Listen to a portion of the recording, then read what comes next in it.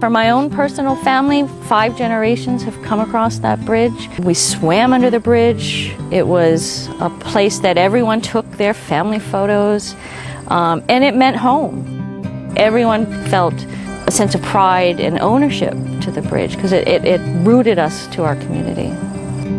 As you can see, the river here is a little trickle in the summertime. When Irene hit, when I woke up that morning and heard the roar of the river, my first thought was, oh my Lord, the bridge. What is happening to our bridge?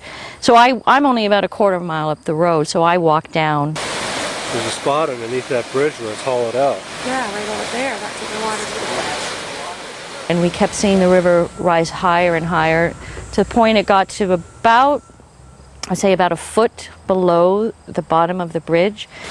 But we really thought that it would hold. We never expected the result. Oh my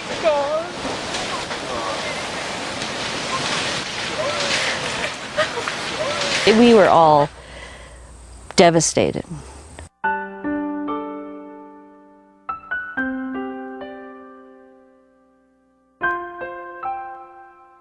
It traveled down the river about a half a mile, took one bend, and it was that second bend, it couldn't make it, and it landed on a neighbor's field down the way.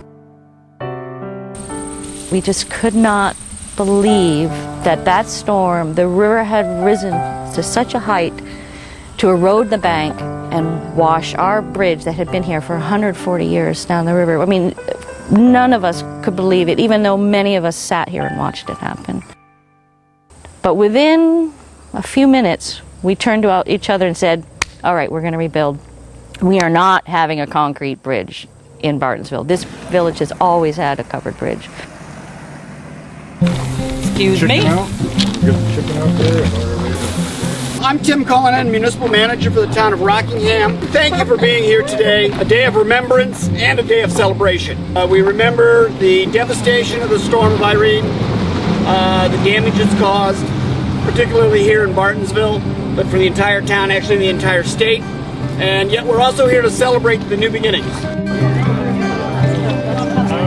Toby was perfectly respected. This bridge has been standing here since 1870. There's an enormous amount of memory and attachment that people have had here to covered bridges, and this one very much in particular. And what the community has done is mobilized to do the job of putting a bridge back to replace the Bartonsville Bridge. The relationship with FEMA has been good. Mr. Fugate came right on the scene after the storm, and we've been pleased that FEMA has been so responsive and doing a good job. And obviously there's always going to be some challenges. We have them, but the working relationship has been very positive. And what you saw after the storm was that, yes, we needed FEMA, and they helped a lot. But what people did is they picked up a shovel, they fired up their chainsaw, they got their pickup. They just did what they could do. They got at it. The Vermont approach has been, get the job done, get her done. So I think it's about renewal. It's about hope in the future, and it's about respecting memories of the past and not letting them just wash away.